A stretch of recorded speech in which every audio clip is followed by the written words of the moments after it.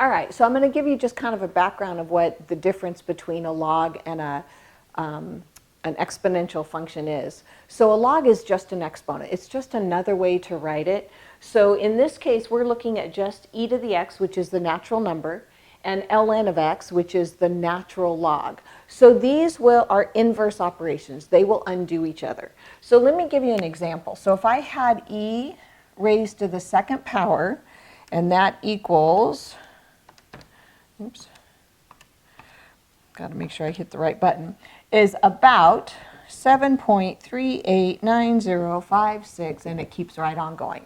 All right? Now, this is the exponential version.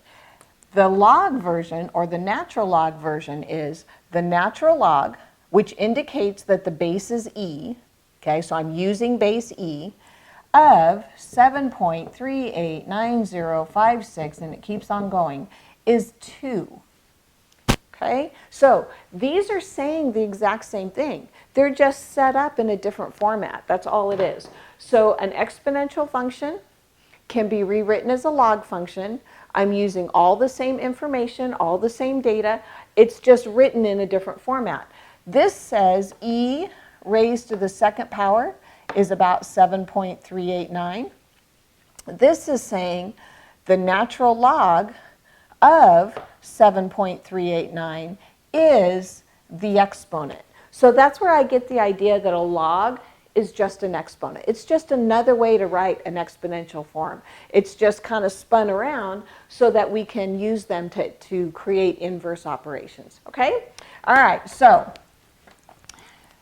when we are using our calculators, anytime you have the natural log of something, all you have to do is hit the ln button, hit the value that you're given, make sure you close the parentheses, and it is 2.07944, and it keeps on going. Okay? Now, the instructions say to approximate your answers to 2 decimal places. So here's my 2 decimal places. I'm going to look at the third place. The third tells the second what to do.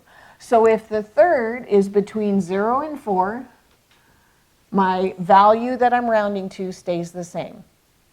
If the third value is 5 to 9, this second value goes up 1. So the 9 tells the 7 that it is closer to 8.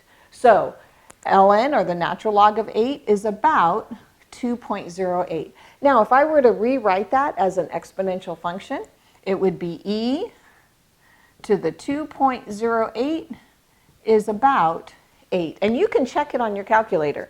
Use your e button. So e raised to the 2.08 gives you 8.0044, so it's very close to 8.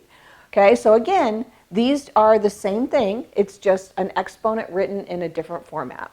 Okay, so now knowing that, we can solve for different variables. So I am on page 102 of your packet. This is section C, where it says evaluate. So just like before, if you had the square root of 3 squared, the square root undoes the squared, so your answer is just 2. So that's the idea of undoing each other. It cancels each other out. Okay? If you had the term e raised to the ln of 7, the e cancels the ln. So your answer is just 7. All right? Now, this is kind of a trick. This is saying the exponent, e raised to this exponent that gives us 7 equals 7. Okay? How about this one? ln of e raised to the 8th power. So again, the idea that these undo each other, the ln cancels the e, so my answer is what's left. All right, so ln and e always cancel each other. If you have an ln and you want to get rid of it, you're going to raise it, you're going to have base e come in. If you have an e and you want to undo it, or you want to cancel it, sorry, I can't think, You want to cancel it, you're going to use the ln. So let me show you some examples. So this is section D on page 102, number 14. So what you're doing is you're solving for a particular variable.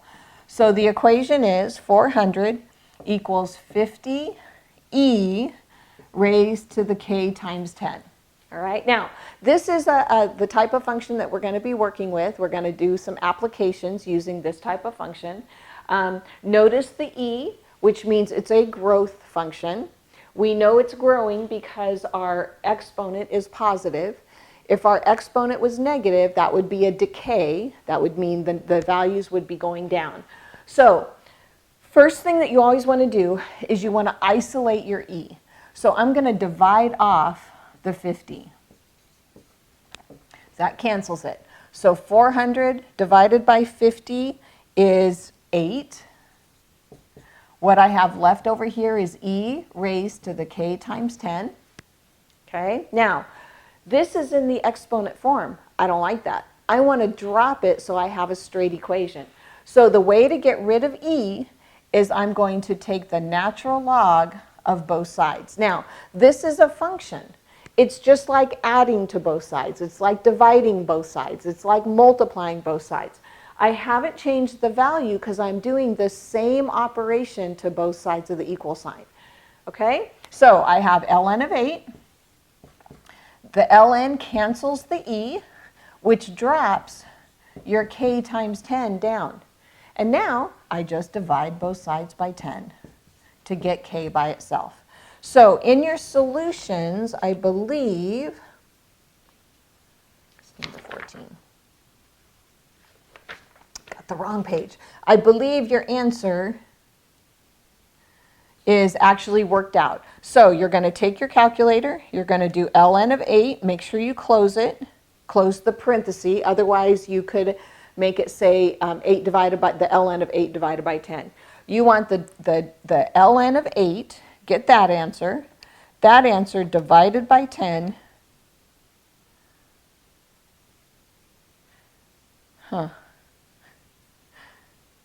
That's right, is the k is 0.2079, and it says to round to 2 decimal places. So the 7 makes the 0 go up 1. So your constant, that's what the k stands for, is 0.21. Okay? All right, so that was number 14. I'm going to do number 16. So all of these are just techniques on how to solve when you have either e or ln. So number 16 says ln of x minus 2 equals 1. Okay, so this goes back to that whole idea of rearranging. This is base e. This is the exponent. This is the total. So anytime you're given an ln, one of the best ways to do this is to rearrange it back into an exponential function, because that's what you're used to seeing. So when you see the term ln, that means it's base e. This is the exponent. This is the total. So anytime you have ln equals a number, that number is your exponent. This number is the total. Okay? So now you have your function. E raised to the first power. E raised to the first power. Oh, this one they don't, okay. This one they don't give you an actual answer. So this one you're just solving for x. So we're going to leave e as e because that's going to be your exact answer. And we're going to add 2 to both sides. So you have e plus 2 equals x. And that is the only answer that you need. Okay? Now, when we get into the applications, you're going to have to actually work it out. All right. So that's number 16. Let's try number 15. So ln of 2x equals 0. So again, this is the exponent. This is the total. And my base is e. So e raised to 0 equals 2x. What is e to the 0 power? So anything to the 0 power is 1. And then to solve for x, I'm just going to divide by 2. So x is going to equal 1/2. Okay? All right, next one. So number 18, we have a equals 50 e raised to the 0.06 times 10. So this is all as an exponent. So with this one, notice your unknown is out here already by itself. So you don't have to solve for anything. It's already solved. So all you're going to do is you're going to take your calculator and you're going to go 50 times, then you're going to hit e raised to the 0.06 times 10. Make sure you put this in parentheses so that it knows that that e value, the exponent on e is the whole thing. So your amount is 91.11. Okay, and then I'll do number 15 or 19 real quick. So we have 25 equals 50e to the k times 7. Now, if this bothers you, you can rearrange this 7k if you like that better. It doesn't matter what order it's in. So again, the first thing you want to do is you want to isolate your e. So you're going to divide both sides by 50. So 25 divided by 50 is 1/2. Go ahead and reduce it. E raised to the 7k.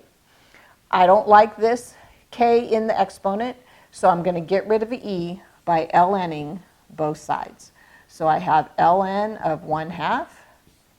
The ln cancels the e, so it brings my 7k down. Divide both sides by 7, and I get k equals ln of 1 divided by 2. That answer divided by 7 is a negative 0.099. Now, if I was rounding, this 9 makes that 9 become a 10, so it's about negative 0.1. Okay? All right, so that's how you solve them. Now what we're going to do is we are going to do an application. So we're going to be working with a function that's called continuous compound interest. So how you know when to use this formula is when you see the term continuous. That's how you know. All right, so our formula is A equals PE raised to the RT. Okay, so some people call it PERT, P-E-R-T. So let me tell you what each variable means. The A represents the ending amount. So it's what you end with. The P represents principal, which is the beginning amount. It's what you start with. The R is your interest rate, and you want to write it as a decimal. And the T is your time in years. Okay, so what this formula is used for when you are calculating the interest. So this could be interest on a loan, which is a bad thing, or interest on an investment, which is a good thing. So you can use the same formula whether you're looking for interest on a loan or interest on an investment. Okay, so this is, we're going to use this for number 20. So you have seen this before. This was in the previous section on exponential functions. So you have seen it before. So now what we're doing, instead of finding A or P, we're going to find our exponents. We're going to be able to find the rate, the interest rate we need, or how long is it going to take us to be able to grow our money. So here we go. Number 20. If $1,000 is invested, how long will it take to double to $2,000 at a 3% rate of interest compounded continuously? So you see the term continuous, you know you're using PE raised to the RT. Now you have to identify the parts. So $1,000 is invested. That is what you started with. The E is always going to be there. How long will it take to double your money? So you want to end with $2,000 at a 3% interest rate. And the question is how long? So what's the time? Okay, so time is our unknown. 3%, we change it to a decimal. So remember how we do that. We take our decimal and we move it twice. So we take our decimal here, we move it twice, so it's 0.03.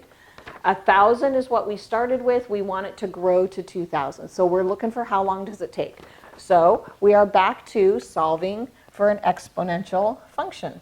So I'm going to divide both sides by 1,000 because I always want to isolate e first. So 2,000 divided by 1,000 is 2. E raised to the 0.03 times t. Unknown is in the exponent. I don't like that. I can get rid of my e by taking the ln of both sides. So now we want actual values. Okay, so the ln undoes the e. So I have ln of 2 equals 0.03 times t. I can divide both sides by 0.03. That gives me t. So now you calculate it.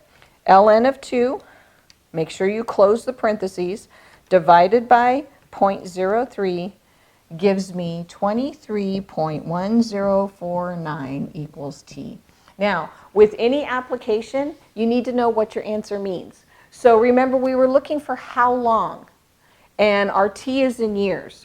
So we're rounding to 2 places, I believe. Yep, 2 decimal places. So the 4 makes the 0 stay the same. So it is 23.1 years, or 23 and a 10th year. Okay, so it's going to take about 23 years for my money to double when I have a 3% interest rate. So the idea behind that is get something that has a higher interest rate. Okay, all right.